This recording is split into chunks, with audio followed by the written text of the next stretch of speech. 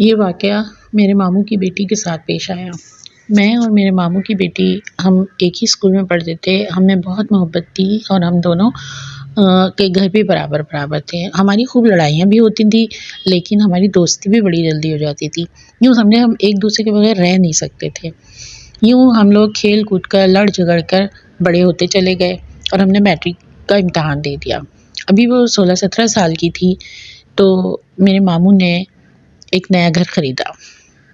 گھر کافی دور خریدا تھا۔ یوں میری دوست، میری سہیلی، میری بہن اور میری بیسٹ فرینڈ مجھ سے دور ہو گئی۔ وہ لوگ دوسرے گھر میں شفٹ ہو گئے۔ وہاں اس کا دل نہیں لگتا تھا، لیکن اس نے اپنی پڑوس میں رہنے والی ایک نئی لڑکی فرح سے دوستی کر لی۔ یوں اس کا وہاں دل لگ گیا۔ اب میں یہ کرتی تھی کہ میں مہینے 2 مہینے میں ممانی کے گھر رہنے چلی جاتی تھی 1-2 دن کے لیے۔ یوں میں اپنی دوست سے مل لیا کرتی تھی۔ جب ہم دونوں ملتے تھے تو ہم لوگوں کو بڑی خوشی ہوتی تھی اور ہم لوگ بہت انجوائے کرتے تھے۔ یا کبھی کبھی میری ماموزاد بہن میرے گھر رہنے آ جایا کرتی تھی۔ یوں اس طرح ہماری زندگی گزرنے لگی۔ ایک دن میں اپنی ممانی کے گھر گئی ہوئی تھی تو ان کی پرانی مالک مکان جس سے انہوں نے گھر خریدا تھا، اس کا کچھ سامان رہ گیا تھا، ان کے گھر میں رکھا تھا، وہ لینے آئی تھی۔ تو اس وقت میں بھی وہاں ڈرائنگ روم میں بیٹھی ہوئی تھی، تو میں ان کی باتیں سن رہی تھی۔ ظاہر ہے میرے کانوں میں پڑ رہی تھی، میں سامنے ہی بیٹھی ہوئی تھی۔ تو وہ مالک مکان ممانی سے کہنے لگی کہ میں تمہیں کچھ باتیں بتانا چاہتی ہوں، اور وہ یہ کہ اس گھر کے اندر نیک جنات ہیں، اور ہے نا تم اس گھر کو بہت صاف ستھرا رکھنا اور اس گھر میں اگربتی اور خوشبو کا اہتمام کرنا، تو تم دیکھنا تمہیں بھی یہ گھر بہت راس آئے گا۔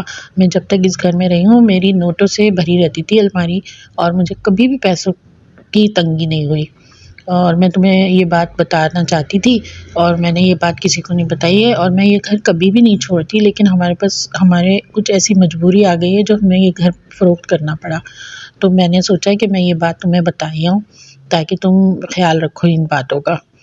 ممانی ان باتوں پہ زیادہ اہمیت نہیں دیتی تھی، ممانی کو کوئی ان باتوں سے دلچسپی نہیں تھی، لہذا انہوں نے اس بات کو کوئی خاص اہمیت نہیں دی اور وہ عورت چلی گئی۔ اس کے بعد ممانی وہاں رہنے بسنے لگی۔ ممانی اس بات کو بھول بھال گئی۔ میری ممانی ایک سادہ سی عورت تھی، سلیقے کی ان میں بے شک کمی تھی۔ وہ گھر کو بہت پھیلا کے رکھتی تھیں۔ ان کے 2 ہی بچے تھے، ایک بیٹی اور ایک بیٹا، جن کے کام کر کے ہی وہ بے حال ہو جایا کرتی تھی، تو گھر پہ زیادہ توجہ نہیں دیا کرتی تھی۔ ویسے بھی ان کو ٹی وی دیکھنے کا اور ڈرامے دیکھنے کا بہت شوق تھا، تو گھر پہ ذرا کم ہی توجہ ہوتی تھی۔ اکثر ان کا گھر پھیلا رہتا تھا اور بڑی گندگی پھیلی رہتی تھی گھر میں۔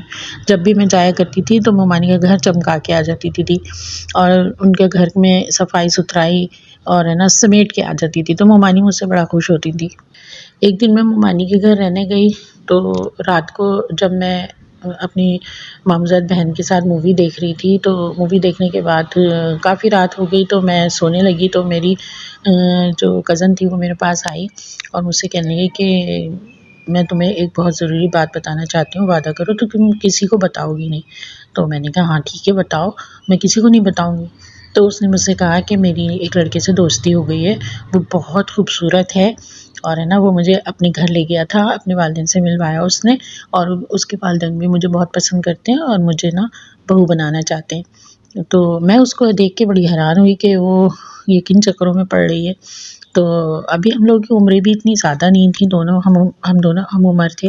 پھر اس نے مجھے یہ بات بتائی کہ اس لڑکے کا بہت بڑا محل ہے، بہت خوبصورت محل ہے، اور وہ مجھے اپنے محل کی سیر کراتا ہے، اور اس کے گھر کے اندر بہت بڑا باغ بھی ہے، اور جب میں اس کے گھر کی سیڑھیوں پہ چڑھتی ہوں تو اس کے گھر کی سیڑھیوں پہ بہت خوبصورت قالین بچھا ہوتا ہے، اور میرے بال اس قالین پہ لمبے لمبے بال ہوتے ہیں، اور اس قالین پہ میرے بال میرے ساتھ ساتھ مطلب میرے ساتھ ساتھ ہوتے ہیں قالین کے اوپر، اتنے لمبے میرے بال ہوتے ہیں۔ تو میں اس کی بات سن کے حیران ہو رہی تھی کہ اس کے تو بال اتنے لمبے ہیں ہی نہیں، کمر سے بھی اونچے اس کے بال تھے، تو یہ کہاں کی باتیں کر رہی ہے۔ تو میں اس سے کہنے لگی تم پاگل ہو گئی ہو کیا، پاگل واگل تو نہیں ہوگی، تم ڈائجسٹو بہت پڑھتی ہو، تمہارے دماغ میں فطور آ گیا، تم خیالی دنیا میں رہنے لگی ہو، کیا ہو گیا، تمہارے بال کون سے اتنے لمبے ہیں جو تم کہہ رہی ہو؟ کہ نہیں نہیں، تم یقین کرو، میں بالکل سچ کہہ رہی ہوں، اور ہے نا میں نے اس لڑکے کا نام اذہان ہے، اور میں نے اس سے نا تمہارا ذکر کیا ہے، تو وہ کہہ رہا تھا میں تم سے ملنا چاہتا ہوں، تم میرے ساتھ اس کے محل چلو گی؟ میں تم سے یہ کہنا چاہتی ہوں۔ تو میں نے کہا تم مجھے ہے نا بیوقوف بنا رہی ہو، کیسی باتیں کر رہی ہو، اور ہے نا چلو بس تم سو جاؤ، تم زیادہ ڈائجسٹو پڑھتی ہو، فکشن کہانیاں اور پتہ نہیں کیا کیا دیکھتی ہو، تم سو جاؤ چلو، اور ہے نا مجھے نیند آ رہی ہے۔ میں کروٹ بدل کے سو گئی، تو وہ پورا سا منہ بنا کے وہ بھی اپنے بیڈ پہ چلی گئی۔ اگلے دن پھر اس نے مجھ سے یہی بات کی کہ دیکھو میری بات کا یقین کرو، تم میرے ساتھ چلو، میں تمہیں اس کے محل میں لے کے جانا چاہتی ہوں، وہ اس دنیا کا انسان نہیں ہے، وہ بہت خوبصورت ہے، وہ بہت اچھی دنیا ہے، تم چلو میرے ساتھ۔ تو میں نے اس کی بہکی بہکی باتوں پہ پھر اس کا مذاق اڑانا شروع کر دیا، تو وہ خاموش ہو گئی۔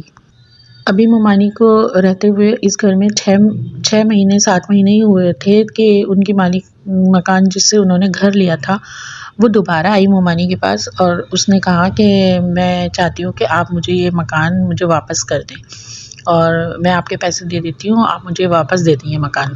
تو ممانی نے کہا کہ آپ یہ کیسی باتیں کر رہی ہیں، مکان بدلنا اور دوسرا مکان لینا کوئی کھیل ہے، اور ہے نا اتنے زمانے میں مکان ہے، آپ کوئی اور سے لے لیں، فی الحال تو ہمارا کوئی ارادہ نہیں ہے اپنا مکان بیچنے کا۔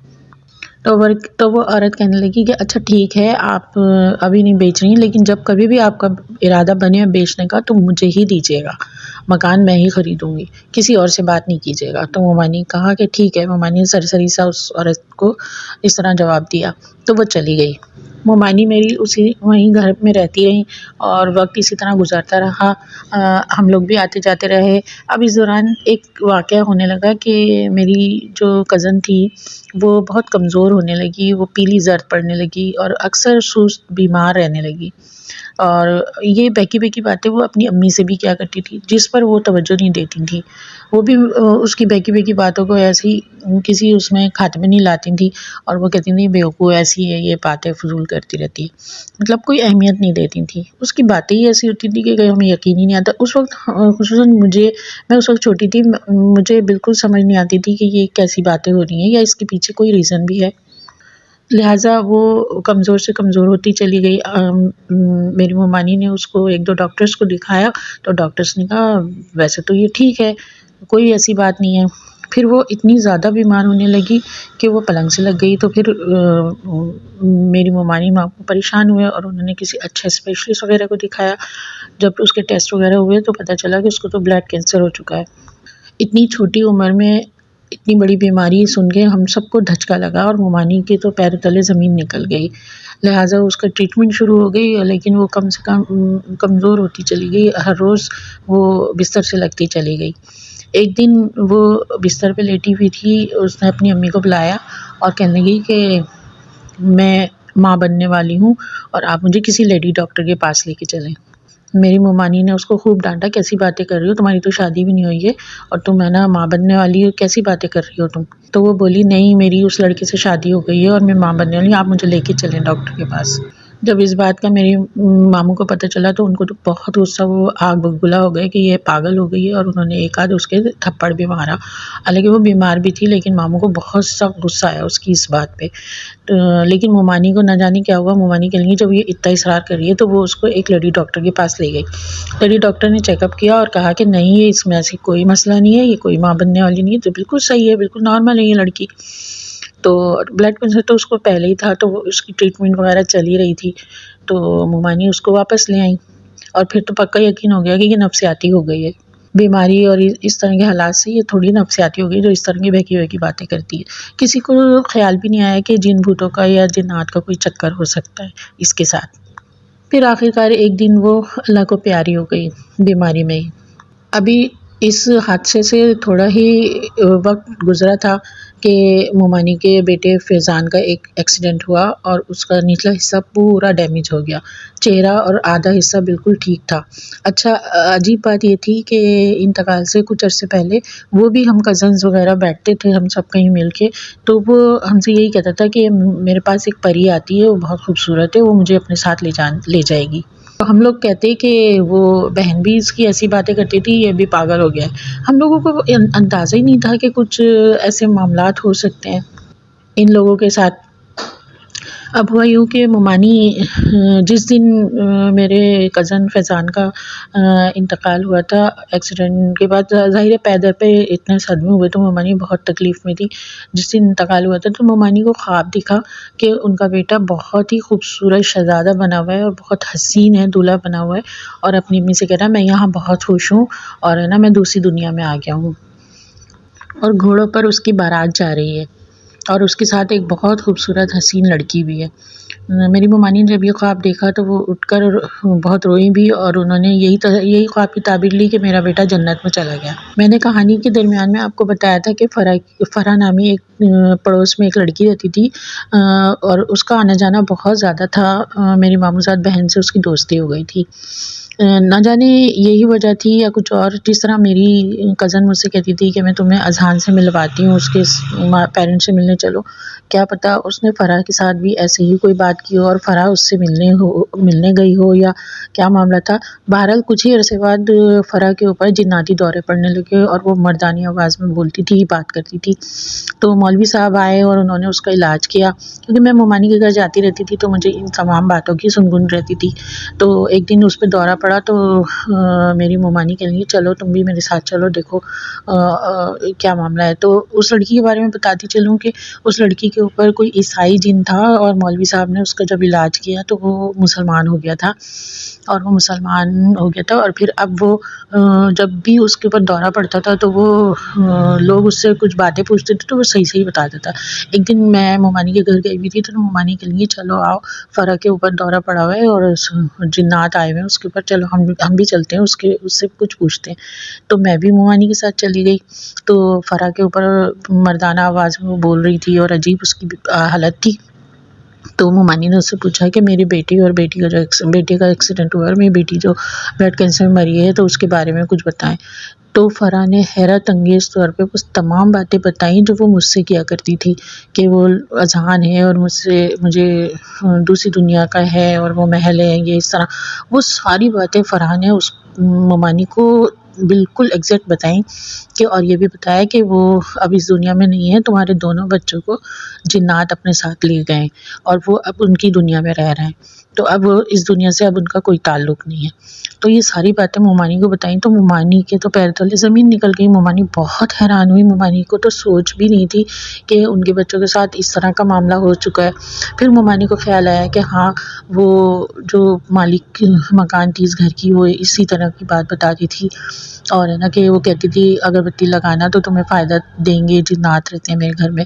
تو وہ بڑی وہ ہوئی جب انہیں یقین آیا کہ ہاں ایسے معاملات ہوئے۔ پھر ممانی نے اور ماموں نے کسی کو گھر میں بلایا اور گھر میں چیک کرایا تو انہوں نے یہ چیز بتائی جو فرح نے بتائی تھی اپنے مطلب دورے کے دوران، کہ ہاں ایسے ایسے۔ تو ان مولوی صاحب نے یہ بتایا کہ ہاں آپ کے دونوں بچے اثرات میں گئے ہیں اور آپ کے اس گھر میں بھی نیک جنات کا بسیرا ہے، اور آپ اگر گھر کو صاف ستھرا اور ذکر اذکار ہوتا ہے اس گھر میں تو شاید آپ کو بہتری ہوتی ہے، لیکن بہتر یہی ہے کہ اب آپ یہ گھر چھوڑ دیں۔ تو اس کے بعد ممانی کو بہت صدمہ پہنچا، ماموں بھی بہت اداس ہو گئے، اور اس کے بعد ماموں نے وہ گھر بیچ دیا اور دوسری جگہ شفٹ ہو گئے۔ یہ میرے ممانی اور ماموں کے ساتھ حادثہ ہوا اور میری پیاری سہیلی اس طرح چلی گئی۔ میں آپ لوگوں کو یہ کہوں گی کہ تمام معاملات کو دیکھا کریں، اور جو ہمارے حضور پاک صلی اللہ علیہ وآلہ وسلم نے ہمیں جو آیات وغیرہ بتائی ہیں اور نئے گھر میں شفٹ ہونے کی جو طریقے بتائے ہیں ان کو فالو کرنا چاہیے، تاکہ ہم سب حفاظت کے حصار میں رہیں شیاطین سے۔